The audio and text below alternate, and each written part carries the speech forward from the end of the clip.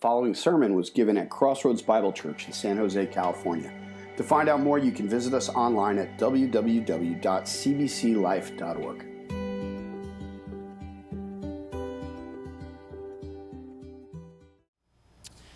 All right, so we are jumping back into our series in Galatians. We've been in it for some time. We're at the end of chapter 4 right now. As I mentioned previously, this one's a doozy. And here's why I say that. 99.9% of the Bible is going to be really accessible. You'll be able to pick it up, read it, understand the plain meaning of the text. That's generally what you're looking for, you know. The writers weren't trying to be obscure or obtuse. They're going to, for the most part, tell you exactly what they're trying to say. However, thousands of years have passed since somebody put quill to papyrus, or however that all worked. And so sometimes you've got to do a little work to get there. So that's where we are this morning. Before we get into this particular text, I want to bring everybody up to speed, okay? Galatians, the book of Galatians, differs from a lot of Paul's writings in that most of the epistles, most of the Pauline epistles, are occasional documents, and he's writing to a church. Like if you read 1 Corinthians, he's addressing a number of different headings. He's addressing relationships between husbands and wives and parents and children and orderly worship and a number of different things, right? And so there's these units of thought, and there's a bunch of them strung together, and that generally is what an epistle looks like. Paul's letter to the Galatians is different because this is Paul's treatise on the gospel. What had happened is Paul went to the region of Galatia, which is in modern-day Turkey, north of Istanbul, and it was probably 7 churches, maybe more. And he went around. He was an itinerant preacher. He met with these people. He shared the good news of Jesus Christ. He shared the gospel that through no merit of your own, God loved you. He knew you since the beginning of time. And even though you were, your best motives were marred with pride and ego and sin, He looked at you and he loved you enough to give the thing that was most precious to him, his son Jesus, so that you could know him and enjoy him forever. That's the gospel. Paul went and he shares this message with these groups of people around Galatia, and they receive it.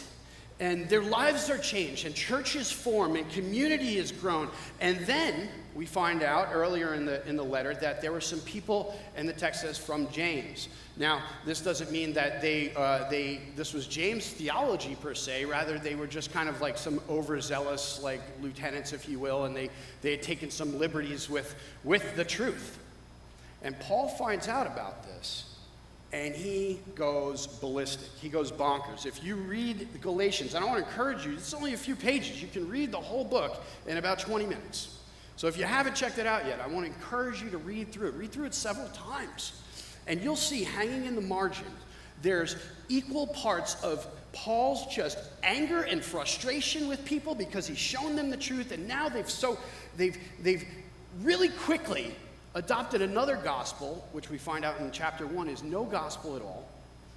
And what's happening is here is these folks from James are saying, look, you have Jesus, that's great. Now you need to obey the law. You have faith in Jesus, wonderful. Now you need to be circumcised. Or you need to obey the dietary laws or the feast calendars, right? And so Paul says, wait, no. If anybody comes to you and preaches a gospel that's anything other than that you are saved by grace through faith in Jesus, that's not the C- of gospels. That's no gospel at all. And he says, if an angel from heaven comes down and preaches that gospel, let him be cursed. So he's writhing mad. But at the same time, his heart is breaking.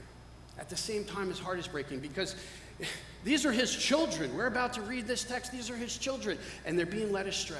They're being led right back into a damning legalism. We're going to see right here, Paul says it's tantamount to slavery. You are enslaving yourselves again, he says. Don't do it.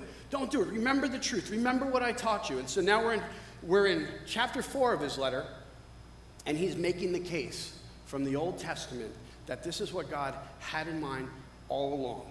And we're going to take a look at the end of chapter 4. We're going to start in verse 19. Usually you'll see the headings and so on in your Bible if you have an NIV or an NSV or something like that. Those were added later by a scholar at the University of Paris in the 14th century. We're going to start in verse 19, and I'm going to read through verse 31.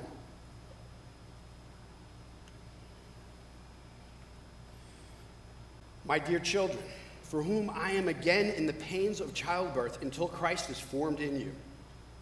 How I wish I could be with you now and change my tone, because I am perplexed about you. Tell me, you who want to be under the law, are you not aware of what the law says? For it is written that Abraham had 2 sons, one by the slave woman and the other by the free woman. His son by the slave woman was born according to the flesh, but his son by the free woman was born as a result of a divine promise. These things are to be taken figuratively.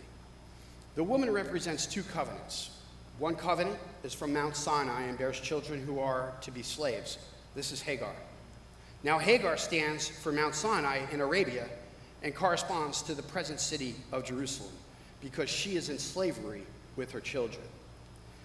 But the Jerusalem that is above is free, and she is our mother. For it is written, be glad, barren woman, you who never bore a child.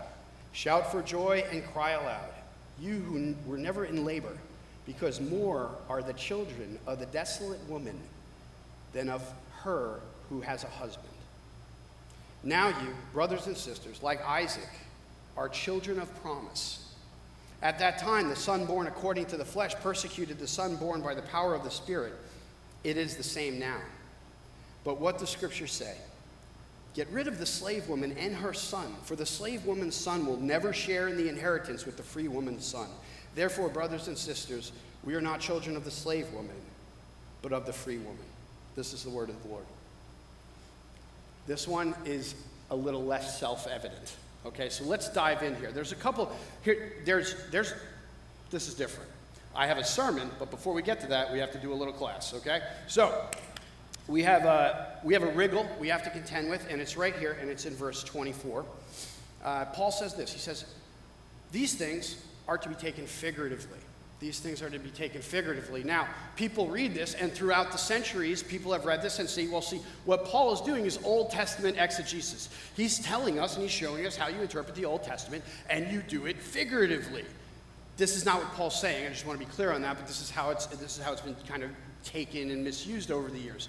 What Paul is saying literally here, and he's using the word, it's the Greek word for allegory, allegorismo, right? And so he's saying, okay, you've heard the story of Sarah and Hagar. Now I'm going to use that as an allegory to tell you, to teach you the principle that I've been trying to teach you all along. So, a couple of things.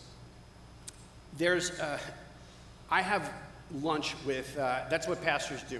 We have lunch, apparently. And so I always get a salad, because if I didn't, this would look a lot worse. So I was having lunch with an elder from another church, and mainline denomination, and we're eating barbecue, and he's like, well, you guys take the Bible literally, don't you? And I was confused by the question, honestly. I thought, well, it depends what part. What are you talking about? And I started to drill in, and I understood then that there was a huge bifurcation in the way that people who profess to be Christians read and understand the scriptures, particularly the Old Testament. Some folks read it, they read passages like this, and they say, oh, it's figurative. You're just supposed to take like some general lessons out of it. It didn't really happen. You can't take it literally, right? Here's the thing. It's a false dichotomy. The Bible contains almost every genre of literature, except, and some people would debate that the Sermon on the Mount has some comic points in it, but comedy may be the one that's not in there. It has poems, it has chronologies, it has narratives, it has apocalypses, it has vision literature. Every known genre of literature is contained in the 66 books of the Bible. It's composed by over 40 authors over thousands of years. There are parts of the Bible that you do take literally. If it's a narrative, if it's law, if it's a chronology or something like that, those are the styles of literature that, of course, you would take literally. The Bible also contains poems. It contains apocalyptic literature with a lot of metaphor and imagery in it, and those parts are meant to be taken figuratively, like when the writer of Song of Songs says about his beloved that her teeth look like freshly shorn lambs. We don't think that they literally, because that would be disgusting. Have you ever looked into a sheep's eyes? It's weird, all right? So So there are parts of the Bible that you take literally and some that you take figuratively, and to an extent, it's a false dichotomy. Okay? Paul right here is using the story from Genesis chapters 12 and 15 to illustrate a principle. He's not at all saying it didn't happen. He's not at all saying you don't take it literally. What he's saying is I'm using an allegory to explain a larger principle. What he's doing is pastoral counseling. Now, if somebody comes to me and they're going through a really difficult and challenging time, they might say something like, it just feels like it's never going to get better, or everything's falling apart. I can't ever imagine myself being happy or feeling whole again. I might say something along the lines of, well, because you're a Christian, because of the resurrection of Jesus, there's always light after dark. There is always hope after despair. There's always, the sunset, the brightest dawn after the darkest night because of Jesus, because he hung on that cross and he walked out of that grave.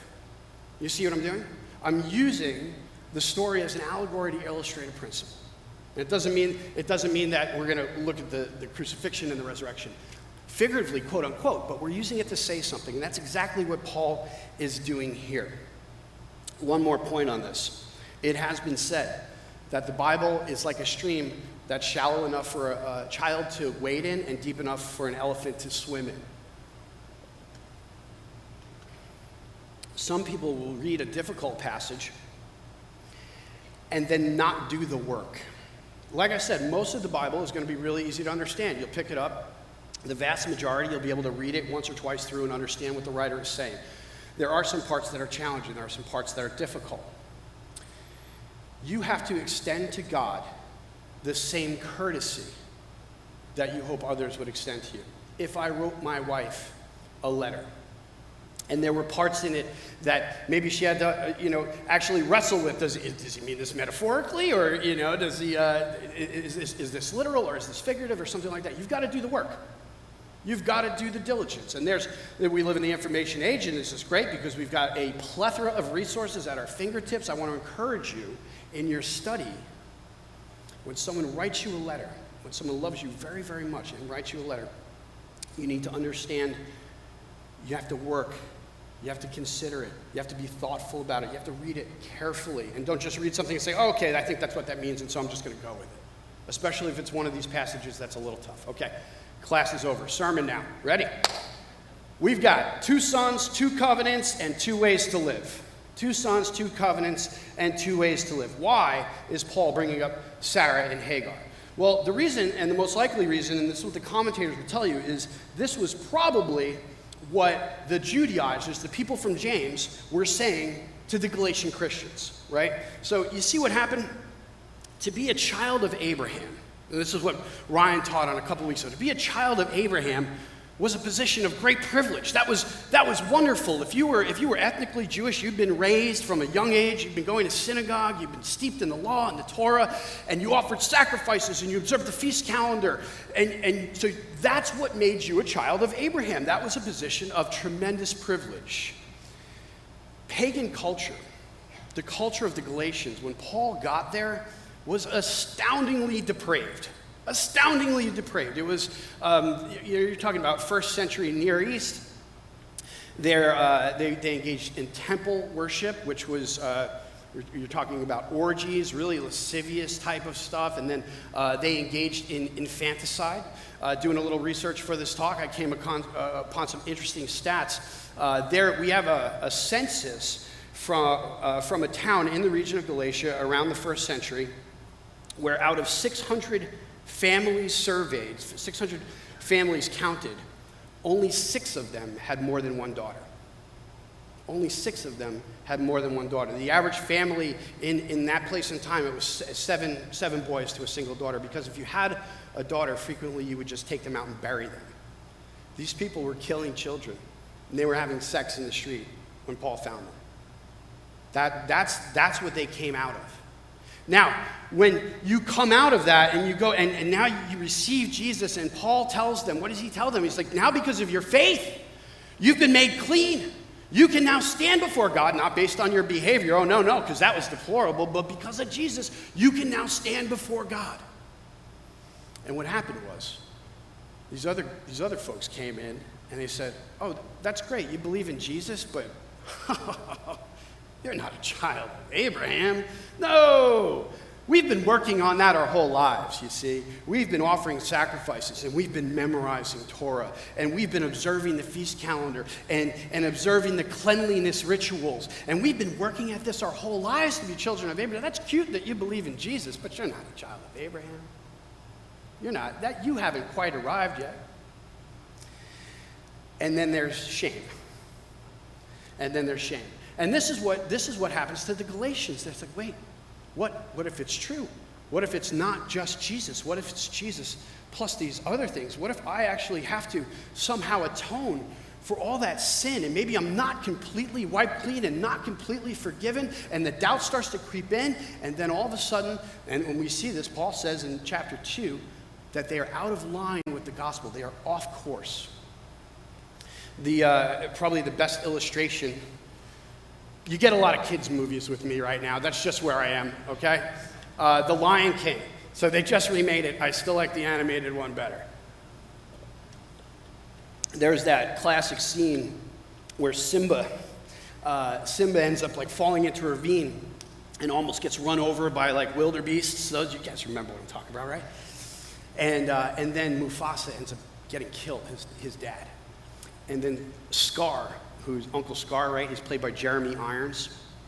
And he comes over to him and he says, Simba, what have you done?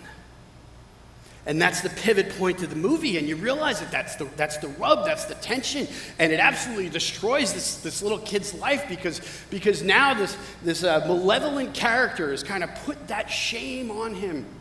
He says, oh my God, what have I done?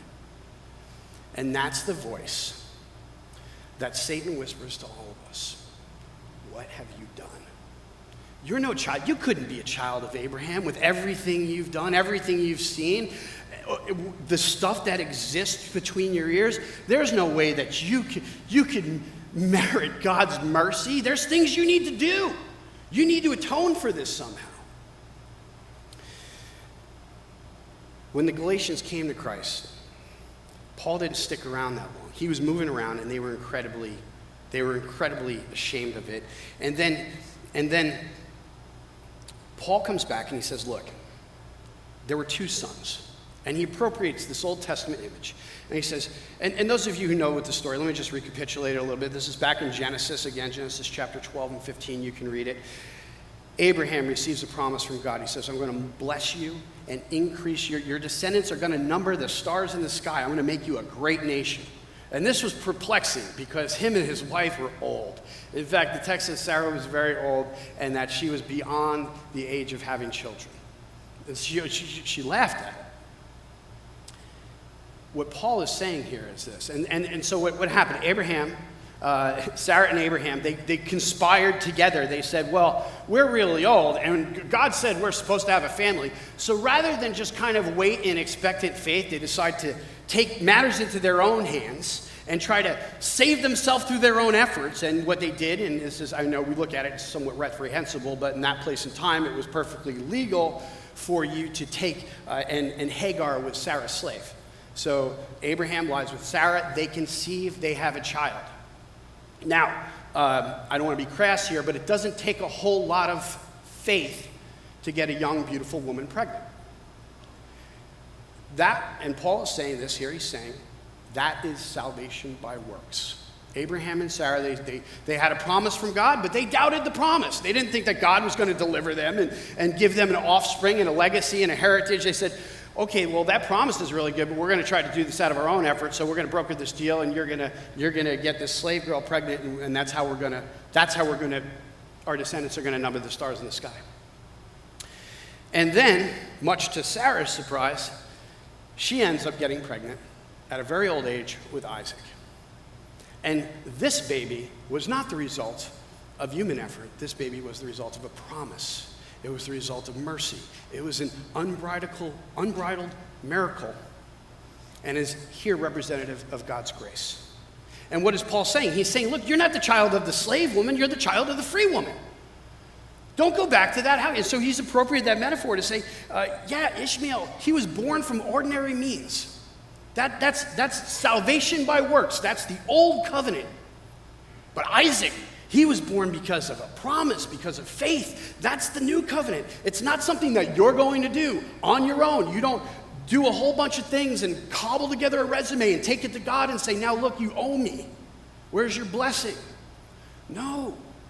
This is exactly what Paul's saying. He says you are saved by grace through faith in Jesus plus nothing. Don't go back to that, because if you do, that's just slavery. 2 sons, 2 covenants. There's 2 covenants here. So Paul does something really clever. He probably used this argument because the Judaizers, that was the very argument they were using to say, no, you're not a child of Abraham. You couldn't. You have to do these things now. There's 2 covenants. Tim Keller, in his commentary on Galatians, he says this: though the false teachers proudly consider themselves related to Abraham by Sarah and Isaac, Paul says that they are spiritually descended from the slave woman, the Gentile, the outcast. Their heart and approach to God is like Abraham with Hagar, and the fruit in their lives is like Ishmael, just more slavery. Though racially they are from Sarah, in their soul and heart they are like the people they despise. There's 2 covenants. One is based on works, where your standing with God is directly tied to your obedience. And if you manage to keep the law, or at least atone for your sin in an effective way, there's going to be blessings associated with that. If you break it, there's going to be curses associated with that. The new covenant is completely different. It's night and day. God looked at you, and though you were a sinner, and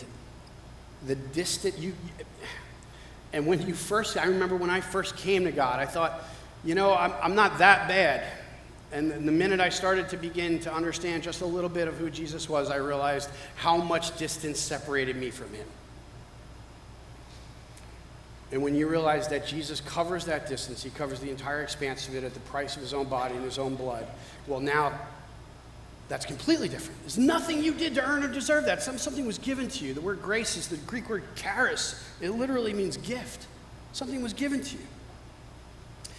And what's really amazing is what it says in verse 26. He's talking about, we'll start in 25. He says, now Hagar stands for Mount Sinai in Arabia and corresponds to the present city of Jerusalem because she is in slavery with her children. Oral tradition holds that the Arab people are descended from Ishmael, and he's saying, these are children of the slave. These are children of the slave woman. And so is everybody in Jerusalem. They're still under that system of slavery. And then he says, but the Jerusalem that above is free, and she is our mother. What is he saying? You're in Christ. You belong already to that heavenly city. The moment you believe in your heart and confess with your mouth that Jesus is Lord and that he rose from the grave, your citizenship is now in the heavenly city. It's not that, okay, we're going to let you in the door and now you're going to work really hard for the next 20, 30, 40, 50 years so that when you finally kick rocks, they throw dirt in your face and go eat potato salad in the church basement, you're going to make it. That's the antithesis of the gospel. What this is saying is, look, your Jerusalem, that is above, this is heaven, the city to come. She's our mother already. Already. You don't have to do anything to deserve it. The moment you profess Christ, all of that becomes yours. The inheritance, the grace, the love, the mercy, everything that the Father felt towards Jesus because of what he did on earth, on the cross, and rising from the grave, all of that love and adoration falls on you. And you can spend the rest of your life trying to figure out the implications of that truth. And the more you internalize it, the more it sets you free. And this is why if you turn away from this and you say, okay, well, there's actually something you need to do. And the feast calendar and circumcision, maybe those aren't on our list of things that we try to do. But we have things we try to do, don't we? Right?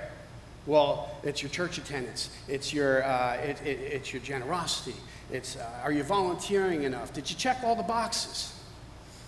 That is completely different than the faith paradigm Paul's articulated through this letter. And here's the rub. Here's why it matters. There's 2 covenants, and there's 2 ways to live. This is the application part. Here's why it matters. In verse 27, Paul quotes Isaiah. And this was written to the Israelites who were in Babylon. And if you are taken captive by a superior hostile force and carted off into Iraq, and you're living outskirts of the city near the Akbar Canal, which you can actually still see it to this day, the ruins of Babylon are right across from Saddam Hussein's palace, ironically. You're not looking forward to having babies in that scenario. Yet Isaiah writes, and this is what Paul quotes, he says, "Be glad, barren woman, you who never bore a child. Shout for joy and cry aloud, you have never been in labor." Paul is appropriating this right now in the context of the story of Sarah and Hagar. Sarah was infertile. She couldn't have babies. Now, we hear that, and sure, that's pretty sad, and thank goodness we have like fertility treatments and stuff like that now for people struggling. In that place and time, to be a woman who was unable to bear children was the most shameful thing you could possibly imagine. We're talking thousands of years ago in the ancient Near East, and this is why people were committing infanticide against female children, because the value of a woman was in her ability to give you sons, essentially, to have children, to create heirs and offspring. And for a woman to be barren, that was perhaps the greatest shame a woman could bear. And the reason Paul quotes it here, he says, "Be glad, barren woman, you who never bore a child, shout for joy and cry aloud, you who were never in labor, because more are the children of the desolate woman than of her who has a husband." Sarah's joy. She has Isaac. And through Isaac, you keep following down the line, you have Mary and then Jesus. And so her descendants truly did number the stars in the sky. And now you have somebody who is barren, and now she can be glad, she can rejoice now that she's had this child. And it's really interesting. Paul is using this, he's saying, look, this was a mark of shame. This was the one thing that would have been amazingly hard to bear, the one thing that she would have been totally embarrassed about. And because of God's love and grace and mercy, she ends up, her fatal flaw ends up becoming the most profound blessing to the world. And this is what God does. God will take the worst things in your life, and he will use them. I was thinking about this. I've been in ministry now 17 years, and I've seen people walk into churches, people who are violent criminals, and all of a sudden they get the gospel, and then something changes. I was having a lunch with a guy just this week who came out of gangs, and now he's part of something in San Jose called the Peace Project, and he works with gangs. He's the chaplain on the gang task force, and he goes in there and he works with these kids, and he tells them about Jesus, and he shares, and he can wear red or he can wear blue. It doesn't really matter. He's got like a pass. But the way God uses that thing that was formerly one of the most shameful things, and when he came to Christ, of course he was embarrassed, of course he was mortified. Oh my gosh, I've been living in a way that was an affront to God and to man. And then God takes that and he turns it and he uses it. I've known people, one of my closest friends, when I was ministering in New York, and I just give him a shout out, Andy. He's in the hospital right now. But he was a heroin addict for 21 years. And he led the recovery group at our church in New York. And he led countless young men and women who were steeped in addiction, some of them to opiates and heroin. He led them to the Lord, and he held their hand until they found sobriety. His spiritual children, dozens of them. And they all love him to the sky because he's the one that led them to the Lord and helped them to find the freedom. God will take, and we learned about this just last week. We were looking at the example of Paul. Here you've got somebody who is so zealous for the law that he's off on an expedition to kill Christians, and the risen Lord Jesus shows up. He strikes him blind, knocks him off his horse, and Paul, who is a murderer, ends up becoming the most effective missionary in all of Christian history. Peter, who commits one of the most egregious, right? It's really, you read the Gospels and he really gets maligned in there, and rightly so. He denies the Lord 3 times. And then Then the Lord appears to him and he says, Peter, do you love me? He says, yes, Lord, you know I love you. And he asks him 3 times, the same amount of times he denied him. And he says, now feed my sheep. Because Peter, now that he understood more than anyone what God's love and mercy looked like, because he had that shame. He had that shame. I've let Jesus down himself, one of my closest friends. I let him down. I denied him in his darkest hour. And when he takes that shame, and he takes that failure, and he plunges it into the heart of God's grace, and now Jesus says, well, now you're actually going to be an effective leader because you understand what my love and mercy looks like more than anyone else. And this is what the gospel does. It takes your shame, it takes your mourning, and it turns it into dancing. Paul starts this letter. He says in verse 19, my dear children, for whom I am again in the pains of childbirth until Christ is formed in you.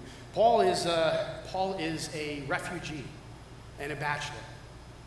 There's nothing in the text to indicate he was married or had any kids. Most scholars assume he was single. He was an itinerant preacher and church planter. Yet he calls these people all his children. He calls them all his children. God gave him something that he couldn't possibly have done on his own. And this is the nature of grace. When God meets you, he's going to consider this a little thought exercise. What's the thing that you're most ashamed of? Don't say it out loud. It'd be funny if you did that. Now you've all got it in your head. What if that were made public in an astounding way? Like we're plastered on a billboard next to 280.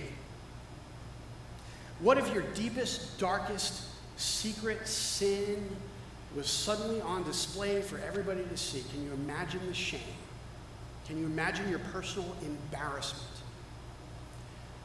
And Jesus says, I've looked into your heart, and I've seen that, and I've seen all the other stuff that you're not even cognizant of that's far worse.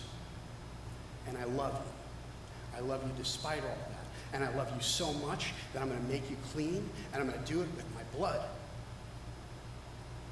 Now, when you can take your shame and you can plunge it into the heart of God's grace, who knows what he's going to do with it? Who knows what God is going to do?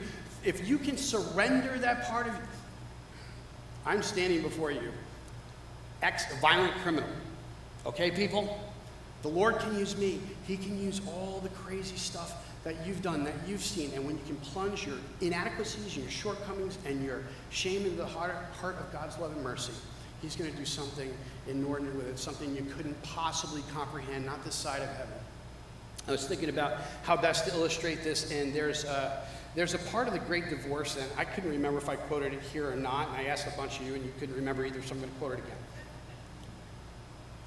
So C.S. Lewis writes this book, and it's an allegory, and it's a way for him to say things. It starts off, and there's a guy, and he has died, apparently, and he finds himself going towards heaven. And when he shows up there, it's very otherworldly and very surreal, but he has a guide. And C.S. Lewis looked back through the centuries to George MacDonald, and he's not named in the book, but you can tell it's him because he's a Scotsman and so forth. And at one point in the story, the main character becomes aware that there's this procession, there's this amazing procession happening, and it's mind-blowing, and there's stags and giants and all kinds of fanciful stuff. It's C.S. Lewis, you know. And so I'm going to read this. It says, first came bright spirits, not the spirits of men who danced and scattered flowers, soundlessly falling, lightly drifting flowers. Though by the standards of the ghost world, each petal would have been weighed 100 weight, and their fall would have been like the crashing of boulders. Then on the left and right, at each side of the forest avenue, came youthful shapes, boys running up one hand and girls up another. If I could remember their singing and write down the notes, no man who read that score would ever grow sick or old. Between them went musicians, and after these, a lady in whose honor all this was being done. I cannot now remember whether she was naked or clothed. If she were naked, then it must have been the most almost visible penumbra of her courtesy and joy, which produced in my memory the illusion of a great and shining train that followed her across the happy grass. If she were clothed, then, the illusion of nakedness is doubtless due to the clarity with which her innermost spirit shone through the clothes. For clothes in that country are not a disguise. The body lives along each thread and turns them into living organs. A robe or a crown is there as much as one of the wearer's features, as a lip or an eye.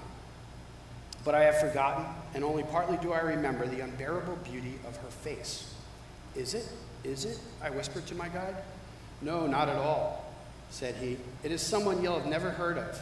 Her name on earth was Sarah Smith, and she lived at Golders Green. She seems to be, well, a person of particular importance. Aye, she's one of the great ones. You have heard that fame in this country and fame on earth are two quite different things. And who are these gigantic people? Look, they're like emeralds who are dancing and throwing flowers before her. Haven't you read your Milton? 1,000 liveried angels lackey her. And who are all these young men and women on each side? They are her sons and daughters. She must have had a very large family, sir. Every young man or boy that met her became her son, even if it was only the boy that brought her the meat to her back door. Every girl that met her was her daughter. Isn't that a bit hard on their own parents? No. There are those that steal other people's children, but her motherhood was of a different kind. Those on whom it fell went back to their natural parents, loving them more.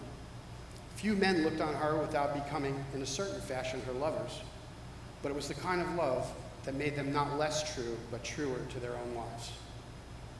And how, but hello, what are all these animals? A cat, 2 cats, a dozen cats, and all these dogs? Why, I can't count them.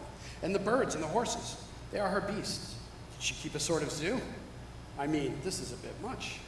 Every beast and bird that came near her had its place in her love. In her, they became themselves, and now the abundance of life she has in Christ from the Father flows over into them. It's a bit allegorical, but it's beautiful. In Christ, we can take our failures, we can take our shame, and we can give it over to Him, and you're going to be amazed what can happen. People are coming through these doors with all kinds of experience. People who've gone through sickness, people who've gone through divorce, people who've done things that they're terribly ashamed of. Collectively, if we're a community of people that take the darkest things in our lives and we lay it at the foot of the cross and we let God heal us and we remember that we're children of the free woman and our citizenship is already in heaven, the New Jerusalem. We didn't do anything. We don't have to do anything to earn and deserve it. That was a gift and it was purchased with Jesus' blood.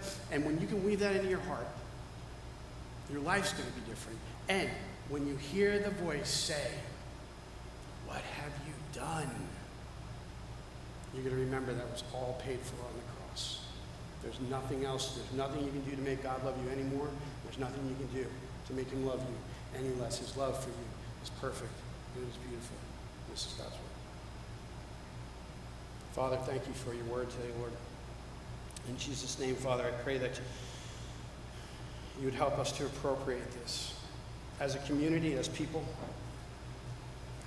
Lord, and I don't want to minimize the pain that people bring, God, but if there is anyone in here right now, Lord, who's still struggling with shame, they've believed the lie to some extent, Lord. Father, I pray that in these coming moments you would set them free.